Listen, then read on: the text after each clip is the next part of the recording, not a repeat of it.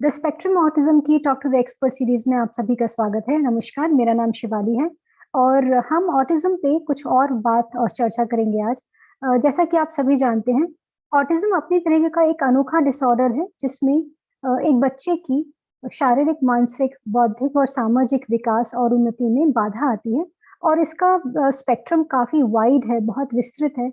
इसलिए इस डिसऑर्डर को समझना उतना ही ज्यादा जरूरी हो जाता है कि आप और हम एक कम्युनिटी में इस तरीके का एक वातावरण पैदा करें जहां हमें ऑटिज्म के बारे में थोड़ी बहुत जानकारी हो और हम अपने आसपास में एक ऐसा माहौल बनाएं जिससे हम उन बच्चों की, उन परिवारों की थोड़ी मदद कर सकें।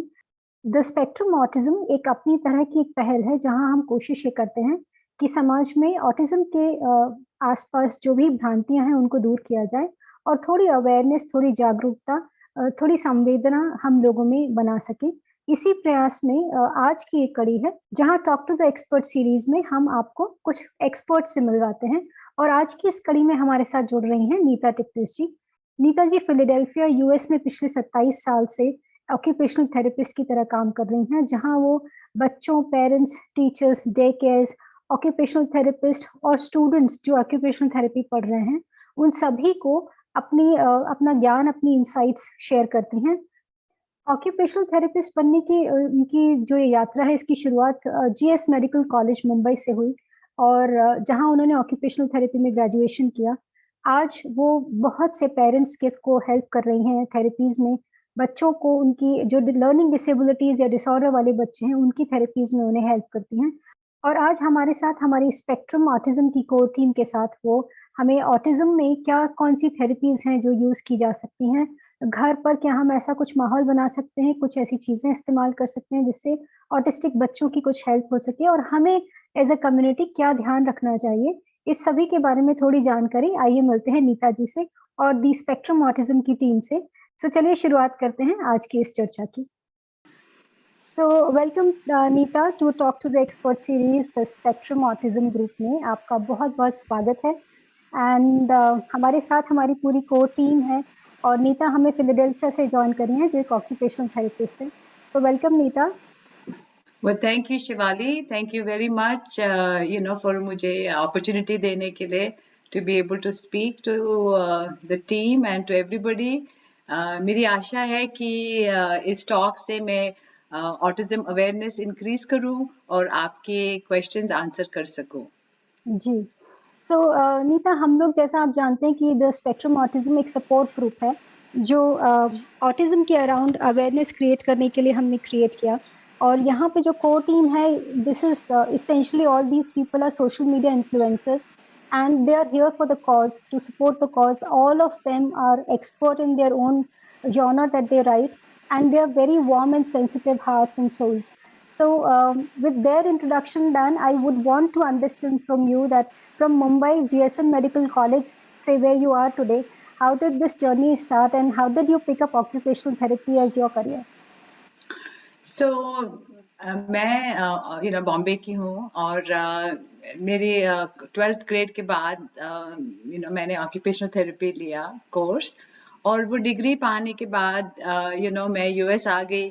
शॉर्टली आफ्टर दैट मेरी शादी हो गई और मेरे हस्बैंड फिलाडेल्फिया में कॉलेज में पढ़ते थे और हमको लगा हम इंडिया चले जाएंगे after a few years, but वो हुआ ही नहीं। तो और हम फिलाडेल्फिया में रह गए और यहाँ पे I've been practicing for 27 years.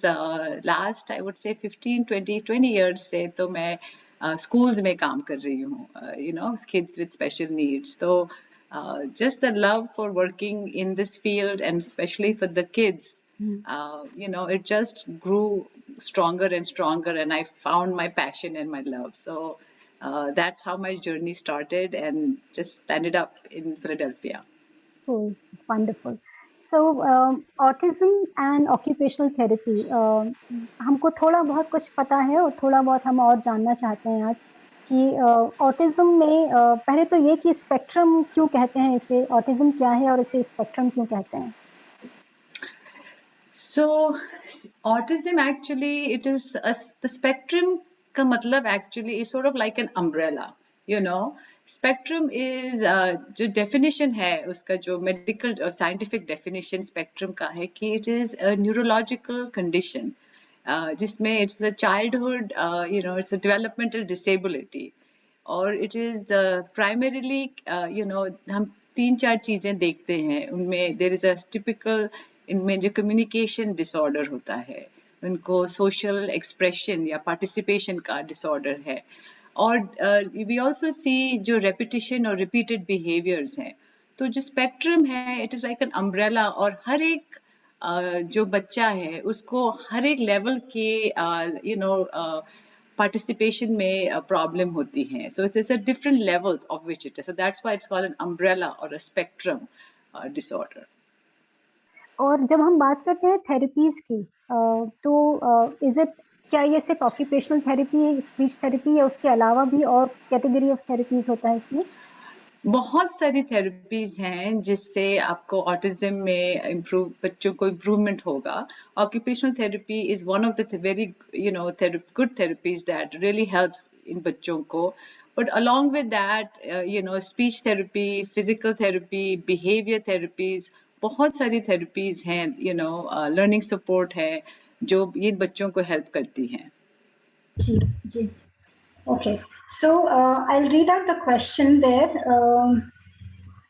Different tests, what are the different tests that we can do to confirm that a child is autistic? And at what earliest possible age is it possible to conduct tests for the kids? So बच्चों के लिए ना the earliest you know test जो होते हैं actually by 12 months to 18 months जो होते हैं बच्चों की जो माइलस्टोन, यू नो आप वो टाइम नोट कर सकते हैं कि यू नो अगर आपका बच्चा यू नो आई ट्रैकिंग नहीं करता है, आपके साथ कम्युनिकेट नहीं कर रहा है, या बैबल नहीं कर रहा है, रेसिप्रोकेट नहीं कर रहा है, तो those are sort of considered you know red flags. तो आप अपने पीडियाट्रिशियन को जरूर बताइए कि यू नो मेरा बच्चा यू नो कोई इंटरेस्ट नहीं है, यू नो जो मैं उससे बात कर रहा हूँ, यू नो आई कांटेक्ट नहीं देता है. सो देर आर स्क्रीनिंग टूल्स जो डॉक्टर्स, जो पीडियाट्रिशियंस कर देते हैं. यू नो MCAT एक नाम का एक स्क्रीनिंग टूल है. It's very popular, it's universally used by doctors and paediatricians.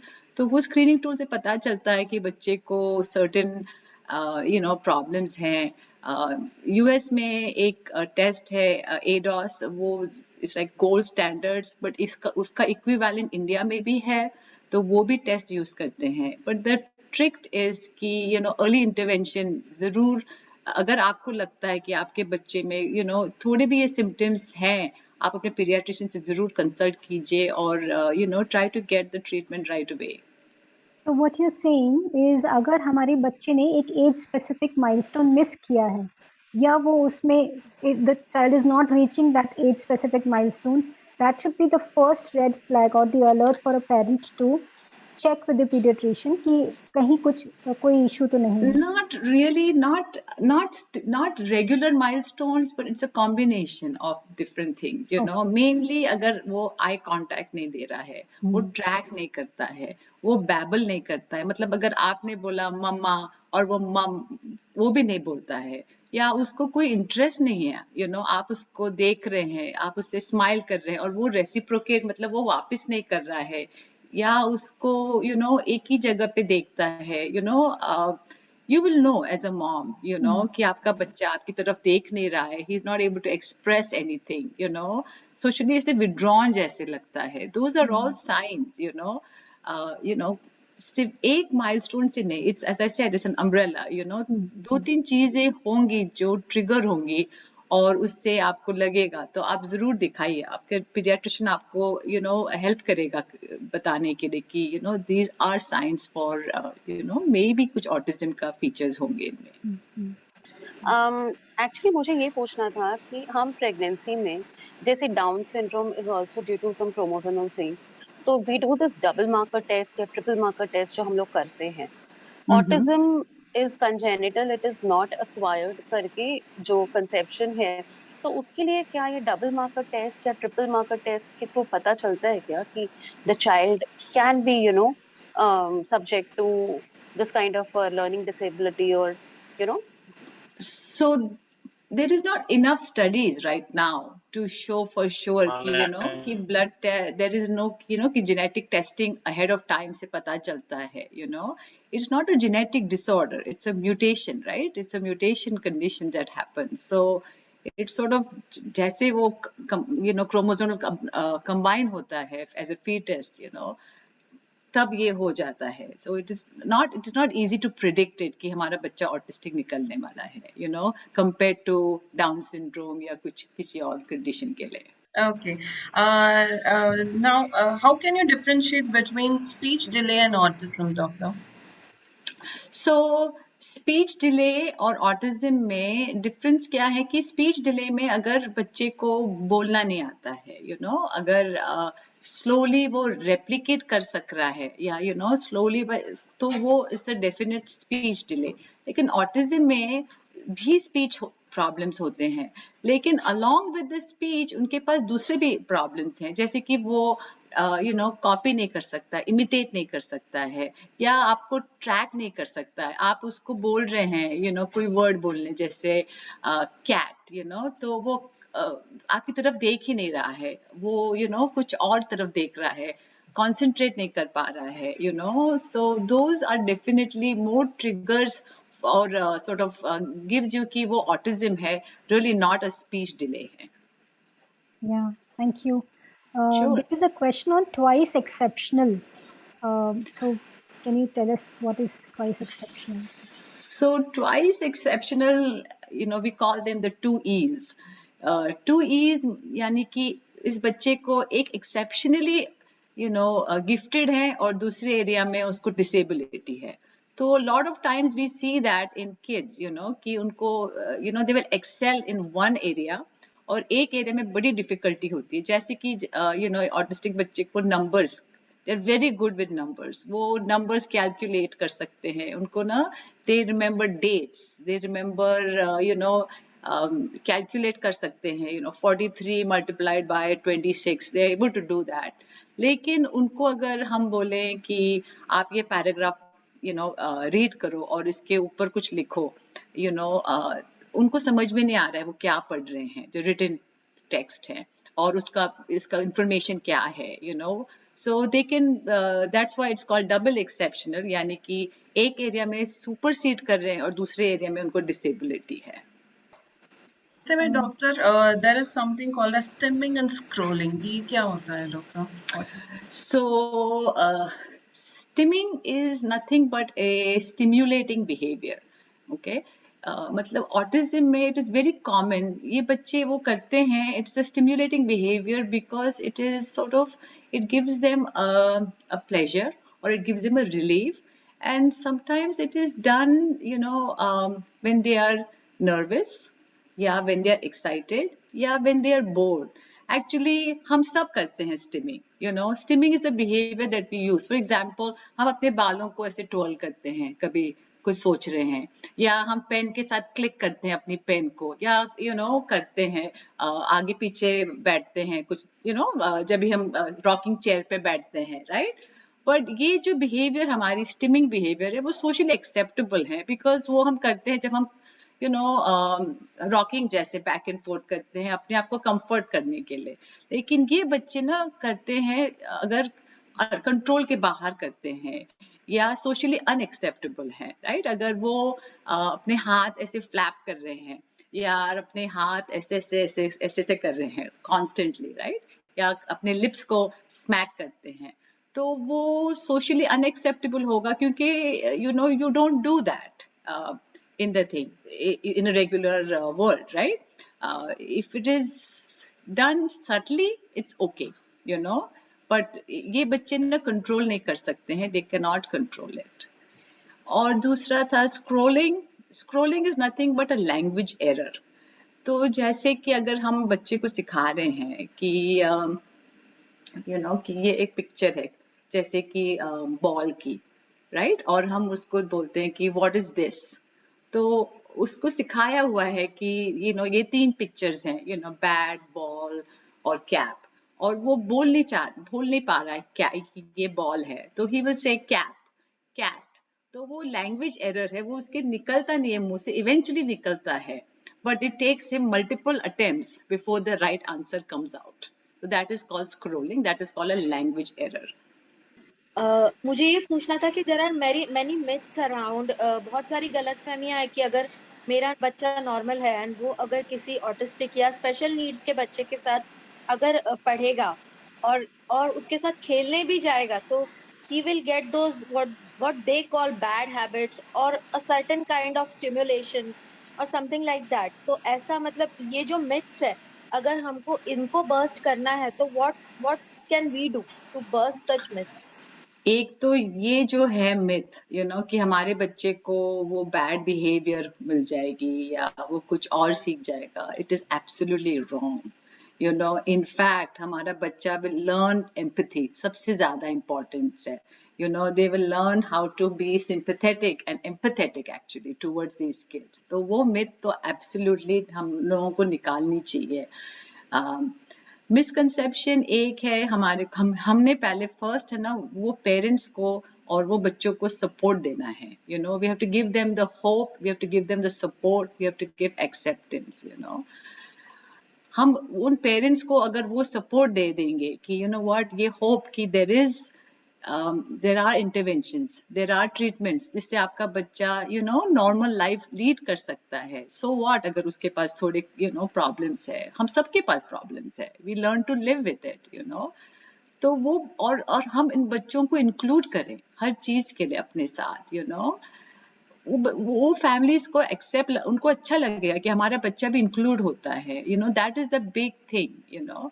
And the biggest misconception है कि वो ऑटिस्टिक बच्चे वायलेंट है, ऑटिस्टिक बच्चे टेम्पर टेंट्रम करते हैं, उनके पास बैड बिहेवियर है। ये सचमुच दैट इज नॉट ट्रू। ये बच्चों को सेंसरी प्रोसेसिंग का प्रॉब्लम है। They are not able to understand how to behave और how to interact in certain manners. उसकी वजह से वो सेंसरी ओवरलोड हो जाता है और उसकी वजह से यू सी द बिहेवियर, जिससे कभी आप अग्रेशन, कभी टेम्पर टेंट्रम, कभी आउटबर्स्ट देखते हैं। इट इज नॉट रियली कि उनकी बिहेवियर खराब है, देयर इज अ रीजन वो करते हैं। So acceptance and just inclusion of and awareness is most important for us to make the families and the kids feel comfortable. Is there some diet restrictions for these autistic child? Because some say milk and milk products should be restricted for these children. So this goes back to the sensory, right? ये बच्चों ये है ना, उनको certain aversions होते हैं certain foods की वजह से, और उनका जो स्टमक है, जो गट है, थोड़ा सा वीकर होता है। तो वो क्या होता है, वो सर्टेन फूड्स ही खाते हैं।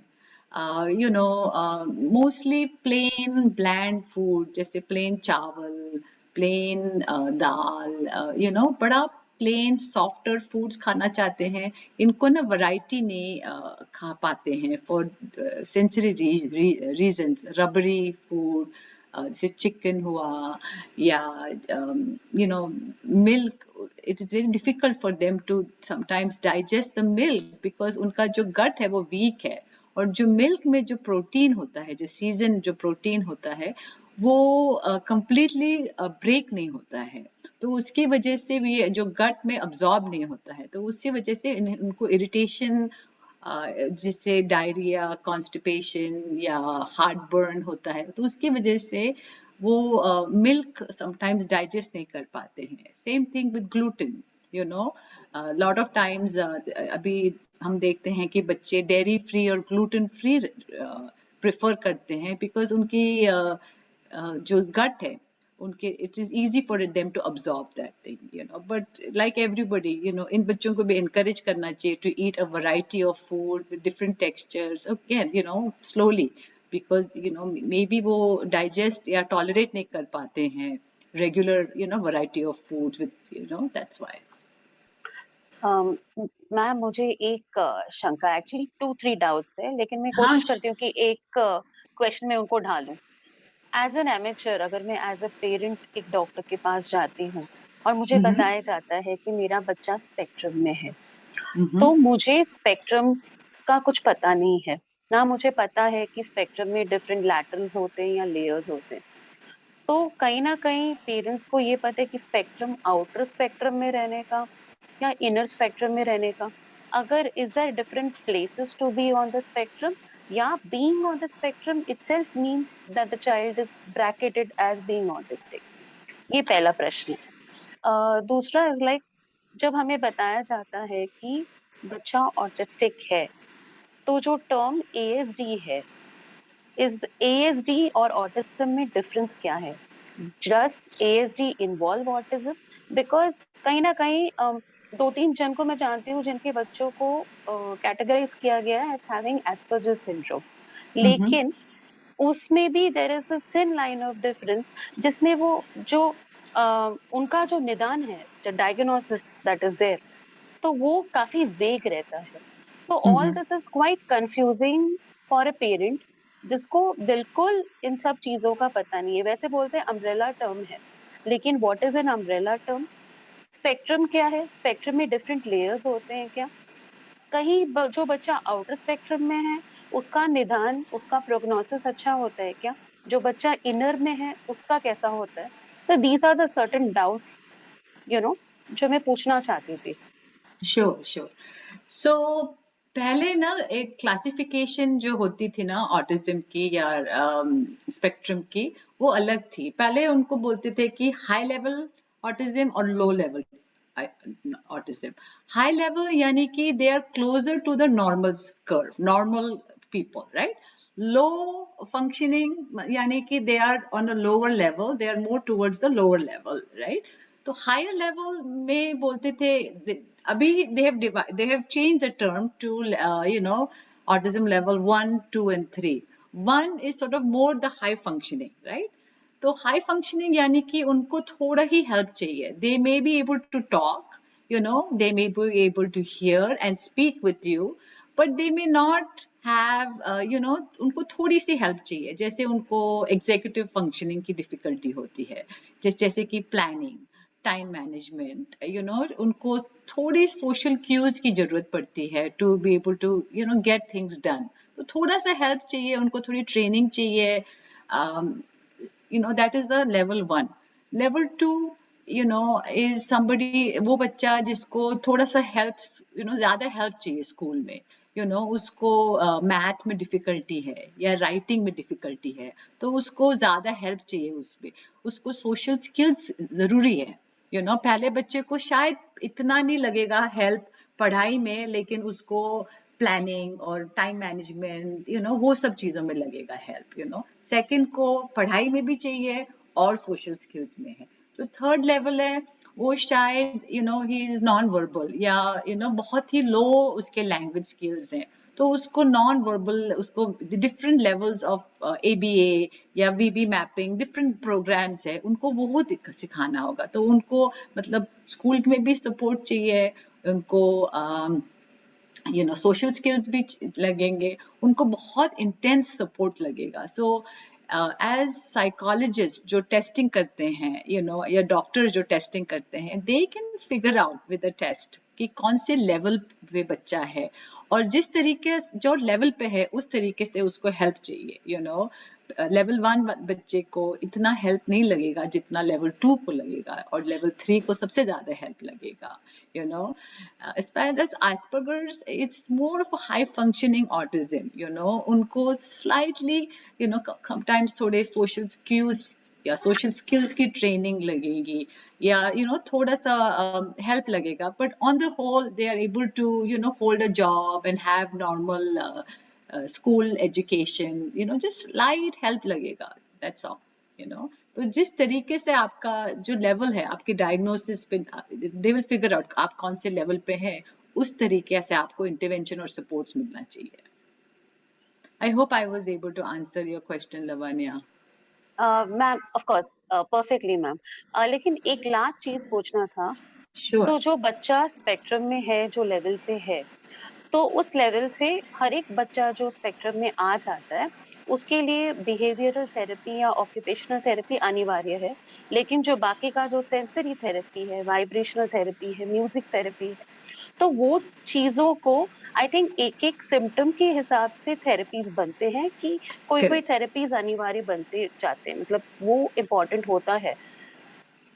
करेक्ट इट इज नॉट कि ये थेरेपी सबको काम में आती है, इट्स मोर कस्टमाइज्ड राइट। अगर ओके हमारे को सेंसरी प्रोसेसिंग डिफिकल्टी में सिर्फ 2 चीजों में प्रॉब्लम है तो हम खाली वो जो चीजें इंटीग्रेशन में यूज करेंगे, बाकी सब सेंसेस ठीक चल रहे हैं तो उसकी जरूरत नहीं है टू इंटीग्रेट इट लेकिन अगर उसको ज्यादा सेंसरी इश्यूज हैं या विजन थेरेपी है तो we have to focus on दो skills.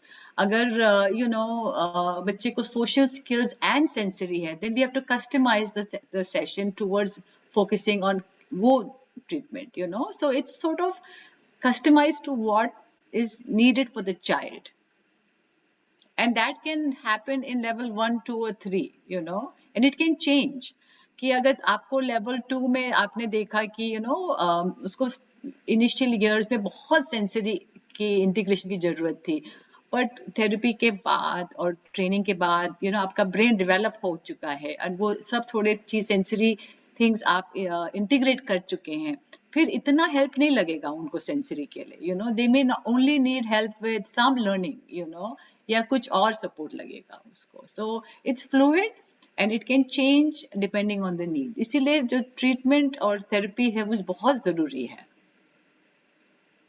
Thank you so much ma'am. Oh sure I have a question. Sure. Hi, I am Debishri. Hi So my Divyashree. question is it's like more or less overlapping with Lavanya. So I was thinking of asking what are the parameters जिससे we decide कौन सी autistic बच्चे के लिए कौन सा therapies चाहिए? Like we know there are a couple of therapies like ABA is there, some mapping is there. So कैसे पता चलेगा कि कौन से बच्चे के लिए कौन सा appropriate है? ये मेरा first सवाल है। Or is it the thumb rule that the earlier it is detected, it's better for the kid to take on the normal things into him and lead a natural or normal life later? Or is it age का कोई फर्क नहीं पड़ता है, जब भी whenever it's detected with therapy it can be somewhat normalized? That's my question. Okay so let me answer first question for you Devishree. तो पहले जब भी जो इवैल्यूएशन जो होती है बच्चे की, it's a very thorough evaluation.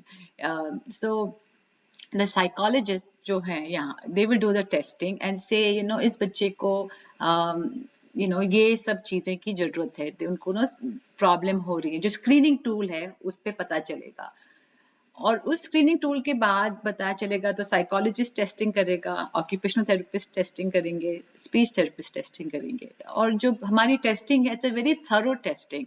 हम पूरी उनकी gross motor skills, how they are moving, उनकी फाइन मोटर स्किल्स, उनके हाथ कैसे चल रहे हैं, उनकी सेंसरी प्रोसेसिंग, वो कैसे वो इंफॉर्मेशन प्रोसेस कर रहे हैं और कैसे इंटरेक्ट कर रहे हैं एनवायरनमेंट में, वो पूरी हम इवैल्यूएशन करते हैं और फिगर आउट करते हैं कि बच्चे को क्या डेफिसिट्स है, मतलब उनको क्या प्रॉब्लम्स है, और उसके हिसाब से हम बोलते हैं कि इस बच्चे को he needs help with sensory processing, उसको फाइन मोटर स्किल्स इसके आर नॉट एज गुड, तो उसको फाइन मोटर स्किल्स चाहिए, इसको बराबर से चल नहीं पा रहा है, उसकी बैलेंस अच्छी नहीं है, उसको फिजिकल थेरेपी चाहिए, उसके लैंग्वेज अच्छी नहीं है। So depending on the needs of the child, जो evaluation करते हैं, we figure out क्या needs हैं और उसके हिसाब से हम उसको therapy देते हैं।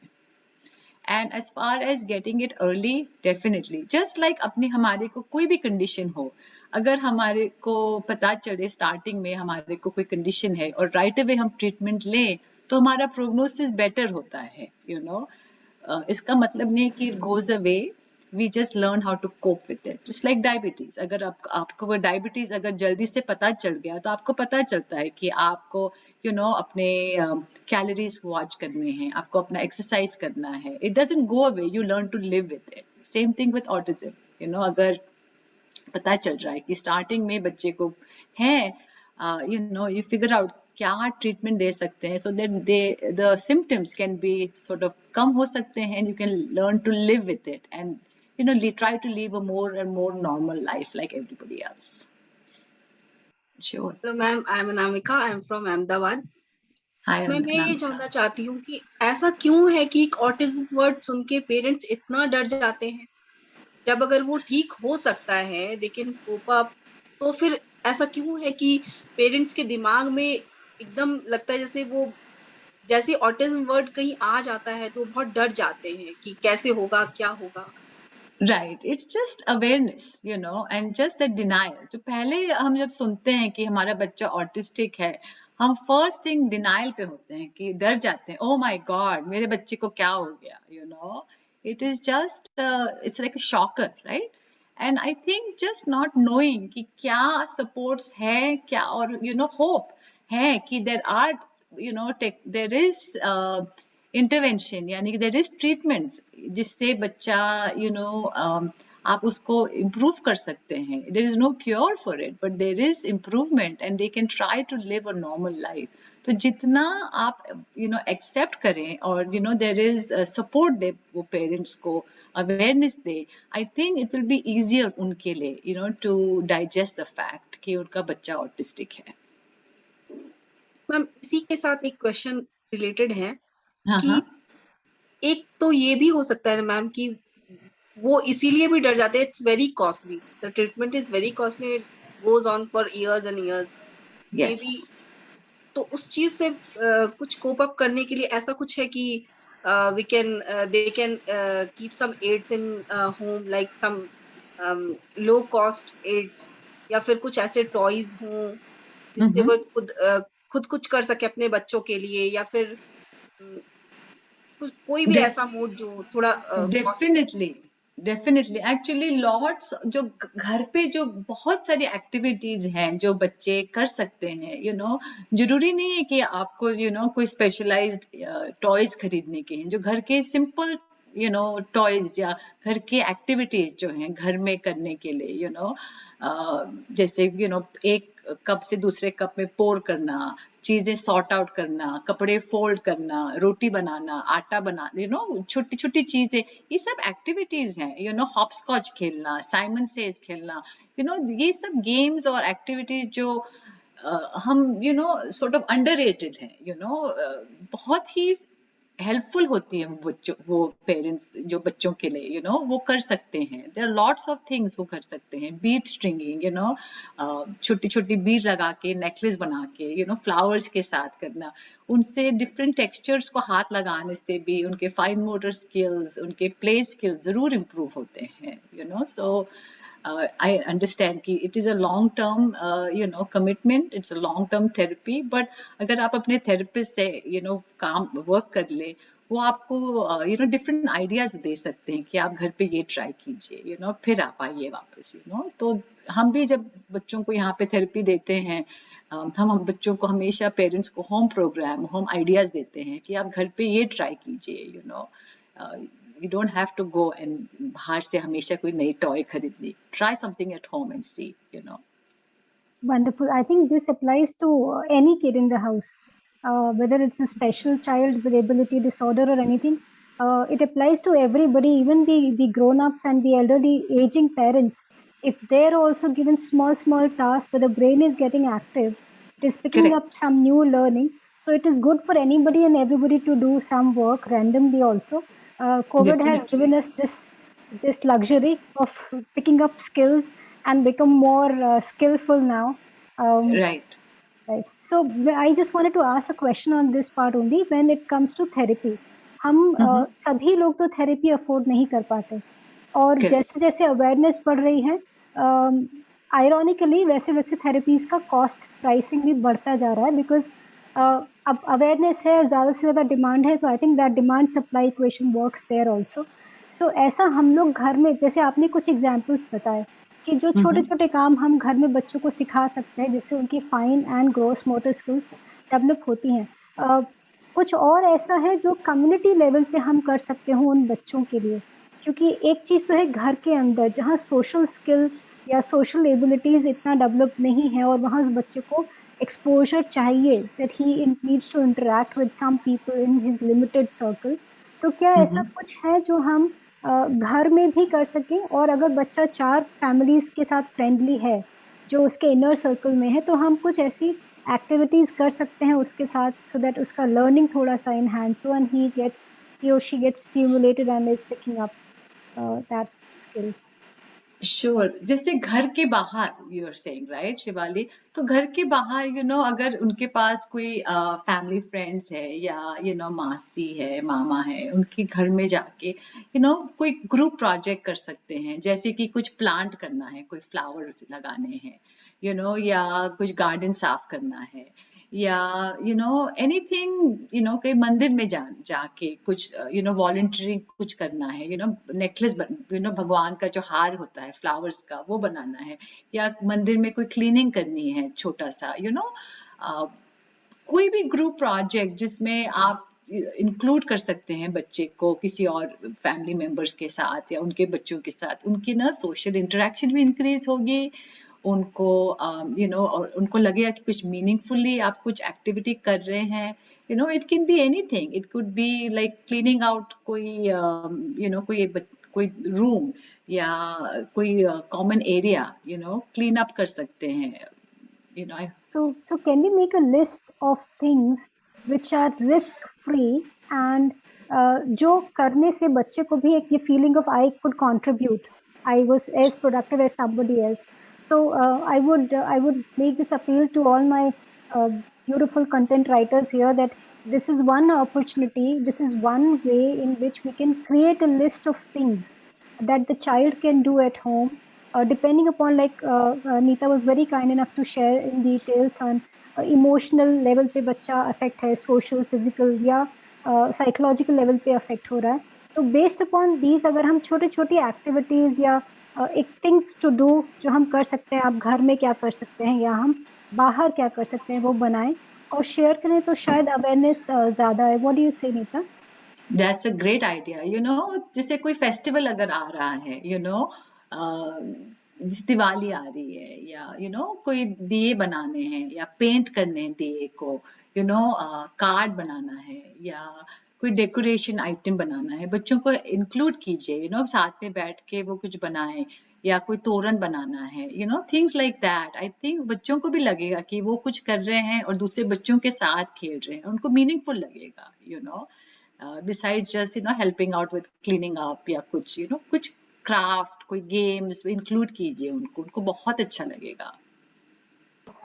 So these videos, when we show these children, they easily learn from it.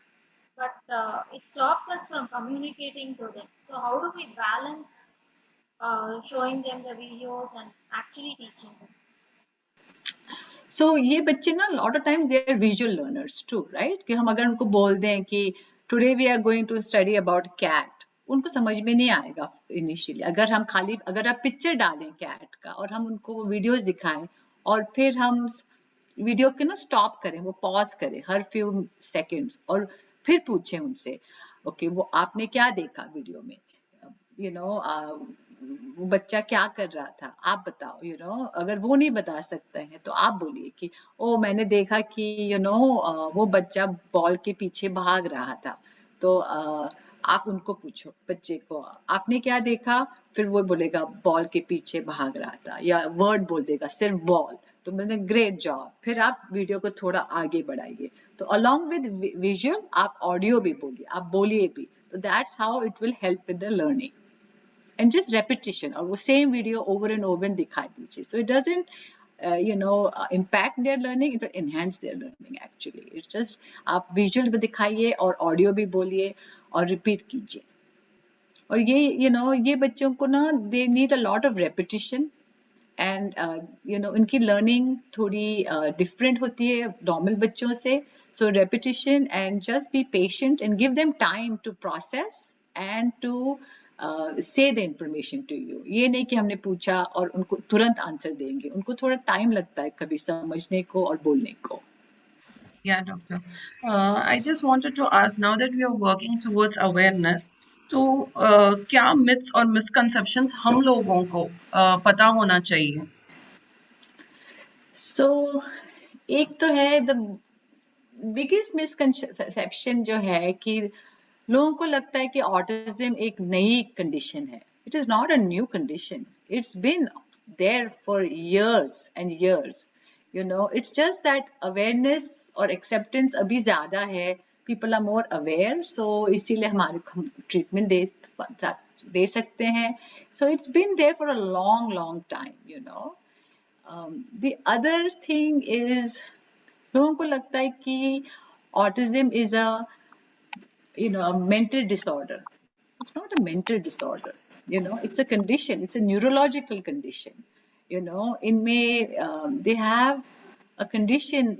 उसकी वजह से they have sometimes mental illness associated with it. उनको कभी-कभी anxiety होती है, learning disability होती है, depression होता है, obsessive compulsive disorder. So बहुत सारी mental illnesses sometimes associate हो जाती हैं. They are part of the thing. It is not a mental disorder. The third सबसे ज्यादा important लगता है लोगों को कि autism होता है because of poor parenting.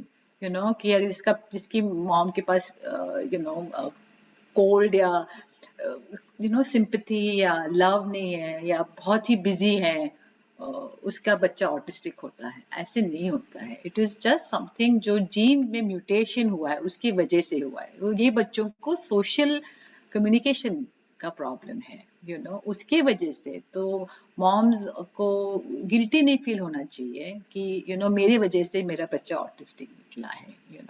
Those are the main 3 misconceptions I have always seen. And also I mentioned about उनको लगता है कि ऑटिस्टिक बच्चे वायलेंट हैं, या ऑटिस्टिक बच्चों को they don't know how to love, they are cold. That's not true. वो बच्चे उतना ही प्यार करते हैं जितने नॉर्मल बच्चे हैं. उनका डिफिकल्टी होता है कि वो एक्सप्रेस नहीं कर पाते हैं. वो फील कर सकते हैं, वो लव फील कर सकते हैं. अगर आप उससे प्यार से बात करते हैं, वो सब समझ सकते हैं. इट्स जस्ट वो एक्सप्रेस नहीं कर पाते हैं. उनका जो वायलेंट बिहेवियर है, इट्स बिकॉज उनको सेंसरी ओवरलोड हो रहा है या उनका सेंसरी प्रोसेसिंग में प्रॉब्लम है. तो वो बच्चा वायलेंट नहीं है. वो बच्चे को वो उतना ही लव कर सकता है और दिखा नहीं पाता है जितना नॉर्मल बच्चा कर सकता है. Hello, ma'am. Hello. I have a question. That is medication required for ASD, and if yes, then in what scenarios? How to identify it? So medication, there is no like a कोई medicine नहीं है जिससे वो ठीक हो सकता है, पर जो मेडिसिन है उससे सिम्टम्स ठीक हो सकते हैं. जैसे अगर उसको एंजाइटी है या डिप्रेशन है, तो एंटी एंजाइटी मेडिसिन या एंटी डिप्रेसेंट, या अगर उनको स्लीप प्रॉब्लम्स है या हार्ट बर्न है, तो वो सिम्टम्स के लिए मेडिसिन इज हेल्पफुल. लेकिन there is no specific medicine for autism. It's for to help with the symptoms, to make it more comfortable for the person.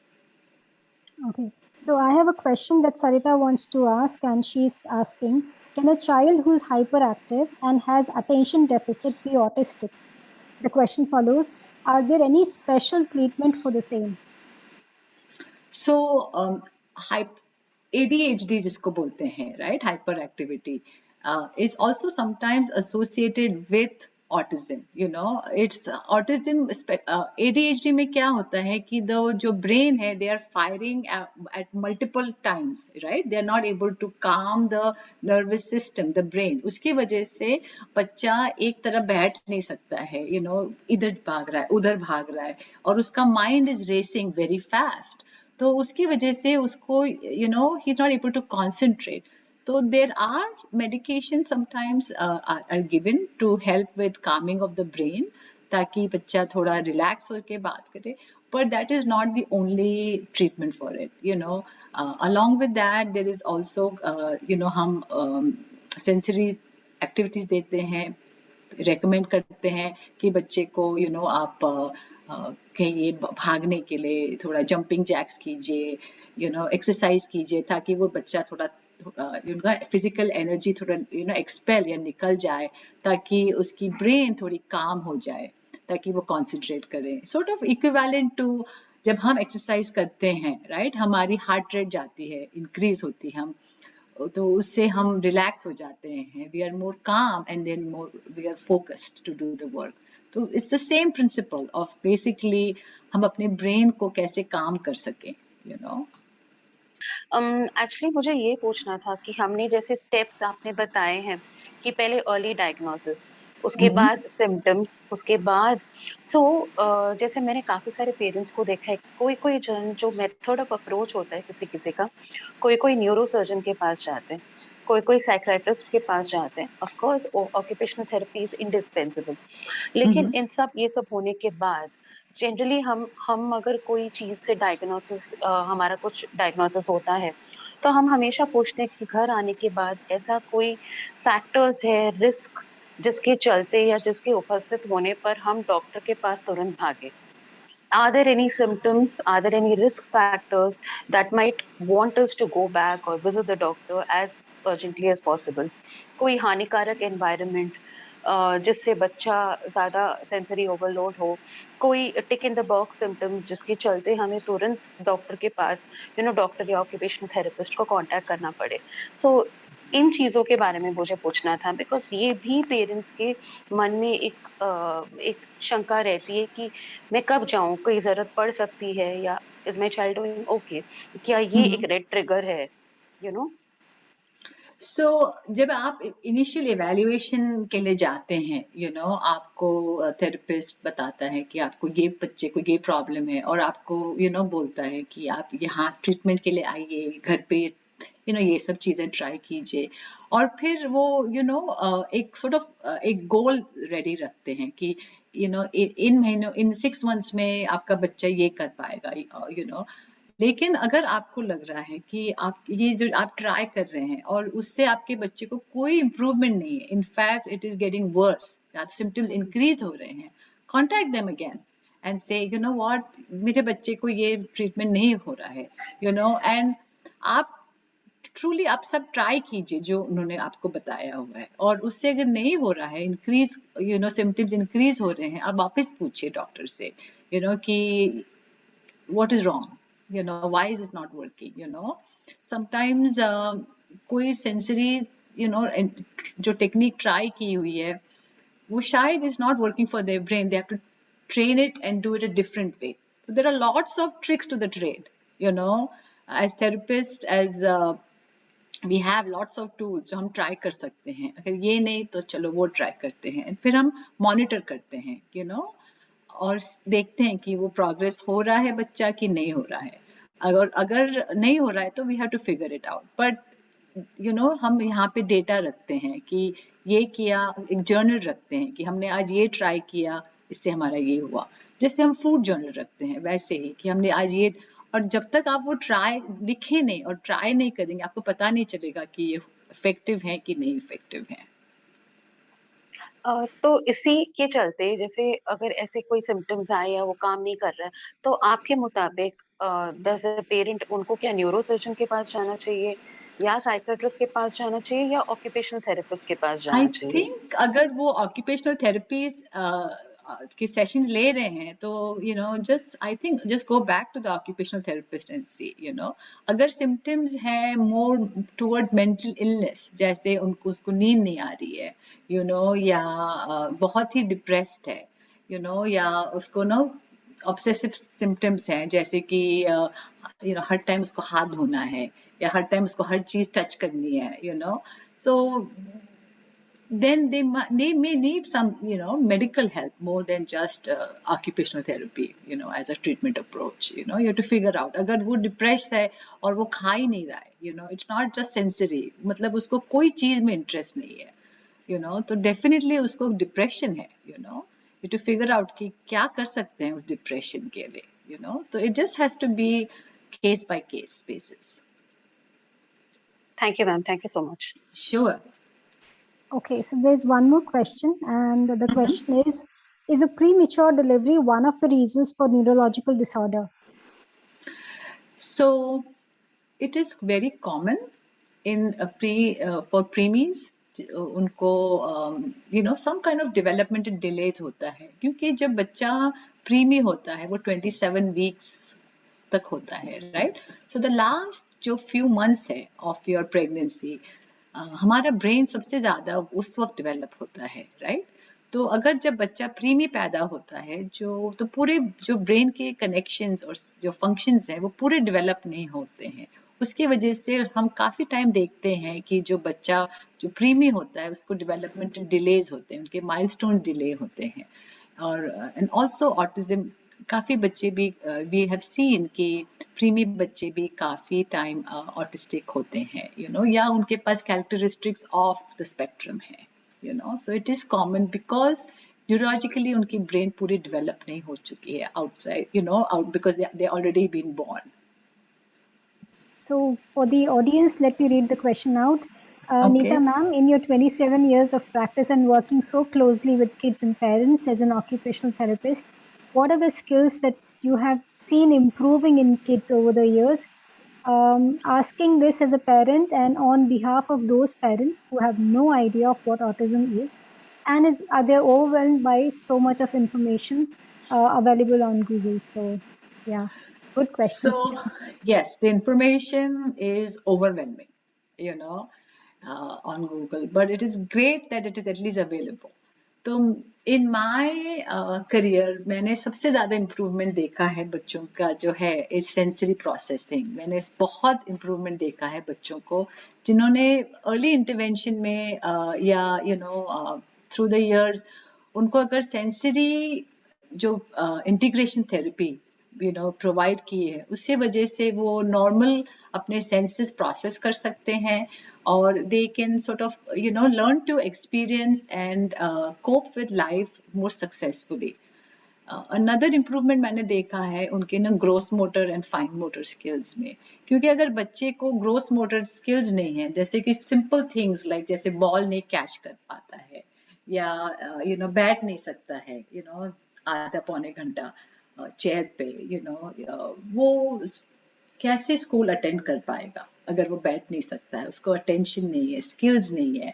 और मैंने देखा है कि जो इम्प्रूवमेंट ग्रोस मोटर स्किल्स उनके अगर ट्रंक जो आपकी बॉडी होती है उसमें स्ट्रेंथ, आपकी शोल्डर में स्ट्रेंथ है, उससे वजह से उसके फाइन मोटर स्किल्स भी इम्प्रूव होते हैं, विच अगर उसके फाइन मोटर स्किल्स इम्प्रूव हुए तो he can do lot of things in school, right? वो लिख सकता है, खाना खा सकता है, अपने लिए चीजें कर सकता है, तैयार हो सकता है, अपने बाल बना सकता है। So more and more they can lead a more independent life when those skills are improved. So the biggest success is the sensory integration and I think the gross motor and fine motor skills के improvement की देखे मैंने।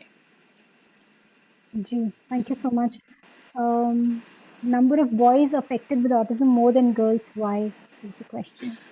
It's true, there is not enough studies that have been proven कि क्यों boys को ज़्यादा है, but it is true that there are definitely more boys affected than female. अभी काफ़ी studies हो रही हैं to figure out is it some genetic genetic mutation की वजह से, but those are studies that are getting looked at. But it is true that boys are definitely affected more than females. So we have a child in our family, Sarita says, okay, who is hyperactive. More than that, we have observed he isn't able to judge any kind of fear. I mean, he can climb stairs and can jump if not controlled. How can this lack of fear be controlled?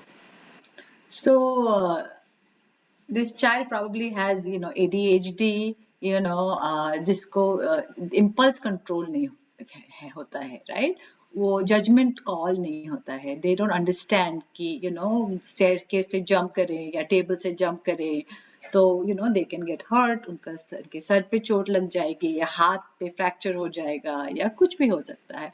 It's just a matter of training them, teaching them social skills and just teaching them ki, this is not something we do and sort of keeping them away from those opportunities ताकि वो वापस नहीं आए, gate लगा दें या supervise करें या train करें उनको कि we don't do this social skills कि if you jump ये गिर होगा, एक दो बार वो और सोशल स्किल्स की बुक्स आती हैं, you can go online and see and just reading it, कि if you jump you will get hurt, if you jump you get hurt, if you get hurt you break your head, तो वो जो एक book आती है, you can actually online वो social stories बना सकते हैं and just repeatedly वो करवा सकते हैं. This and is a lot of times this is a bunch of super creative women who are content writers, so I think for them to buy books to teach kids something like this would be like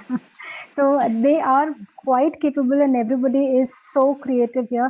So okay, I keep saying last question, so there's one more question that has popped up and I hope this I just love the excitement in the group. So we have occupational therapy for kids. Do you encourage parents also to enroll for sessions dedicated for parents to understand how occupational therapy works?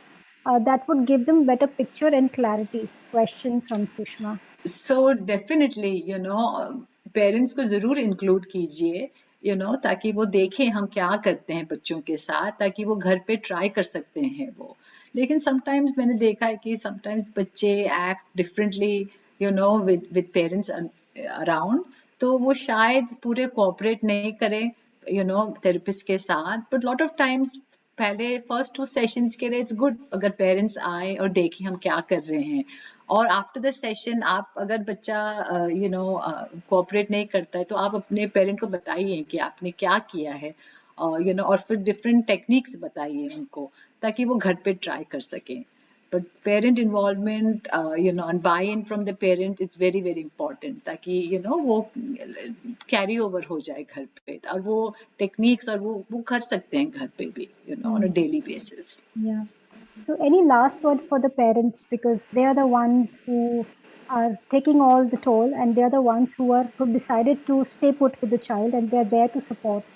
So कुछ advice, कुछ suggestion जो आप So parents my को देंगे? biggest advice to parents is, accept the kids for what they are. They are beautiful kids. Your support will help them. आप accept करेंगे बच्चों को, आप love दिखाएंगे बच्चों को, तो वो सबसे ज़्यादा successful और happy being होंगे. So you are doing great. Superb, superb. Thank you so much, like Sarita said, for patiently answering all our questions. This class, I would say, is very inquisitive, very curious bunch of kids we have here. And It's great. Yeah, and you were so kind to to answer all these questions. Though some questions we asked repetitive, but that is the kind of concern that we have towards the cause, and that is the commitment that the team has. And on behalf of the Spectrum Autism team, I thank you, Neeta ji, for coming and guiding us so beautifully, so patiently. Today we feel more equipped to handle all sort of queries and create the content. Thank you so much, everybody who is here, all of you. You're so beautifully talented people and so warm and compassionate hearts. This drive is because you are there standing by me. So thank you so much, everyone, and have a wonderful ever after. And thank you so much. Thank you so much, everybody. I hope I did justice and I gave हम आप लोग सबको आपके questions answer कर सकती हूँ. Thank you so much. Thank you, everyone. Thank you.